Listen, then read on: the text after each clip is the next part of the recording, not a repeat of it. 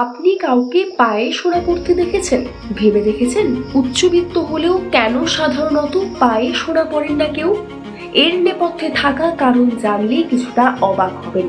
বর্তমান বাজারে সোনা হলো অন্যতম মূল্যবান ধাতু, যার বাজার দর ক্রমশ ঊর্ধ্বমুখী। কিন্তু তা সত্ত্বেও বহু মানুষ নিয়ম করে সোনার গয়না কেনেন। শখের বশে অনেকে নিজেদের সোনায় গুনে রাখলেও পায়ে সোনা পরেন না অনেকেই। বহুদিন ধরে চলে আসা এই রীতির পিছনে কি কারণ রয়েছে জানেন? অনেকে এই নিয়ম মানলেও হয়তো জানেন না এর নেপথ্যে থাকা আসল কারণ কি। আসলে হিন্দু ধর্মে সোনা ধাতুটিকে তুলনা করা হয় দেবী লক্ষ্মীর সাথে, যা আদতে নাকি সৌভাগ্য ও সমৃদ্ধির প্রতীক।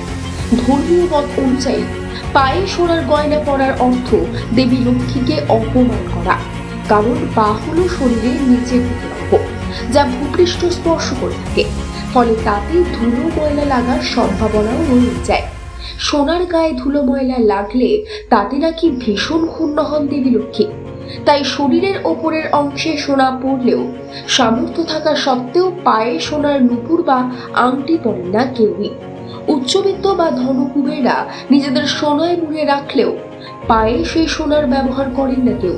কিন্তু এ তো গেল ধর্মীয় মত। প্রচলিত এই প্রথার পিছনে আদেও কি রয়েছে কোনো বৈজ্ঞানিক কারণ? এই বিষয়ে ঠিক কি বলছে বিজ্ঞান? এর বৈজ্ঞানিক ব্যাখ্যা অনুযায়ী সোনা তাপ এবং বিদ্যুৎ পরিবাহী। তাই পায়ে সোনার গয়না পরলে শরীরের শক্তির প্রবাহ ব্যাহত হয়, ফলে পায়ের তাপমাত্রা বেড়ে যাওয়ার সম্ভাবনা তৈরি হয়, যা শারীরিক অস্বস্তি সৃষ্টি করতে পারে। পাশাপাশি পায়ে ক্রমাগত ঘর্ষণের কারণে সোনার গয়নার গুণমানও নষ্ট হতে পারে। আর যে কারণে পায়ে সোনার পরিবর্তে রূপোর গয়না হয়। কারণ বিজ্ঞান অনুযায়ী রূপো শরীরের নেতিবাচক শক্তি শোষণ করে, শরীর ঠান্ডা রাখে এবং ভালো ঘুম হতে সাহায্য করে, যার জেরে শরীরের শক্তি বৃদ্ধি পায়। তাই পায়ে নুপুর হোক বা আংটা তৈরি করতে সোনার জায়গায় প্রাচীনকাল থেকেই রূপোই ব্যবহার করা হয়।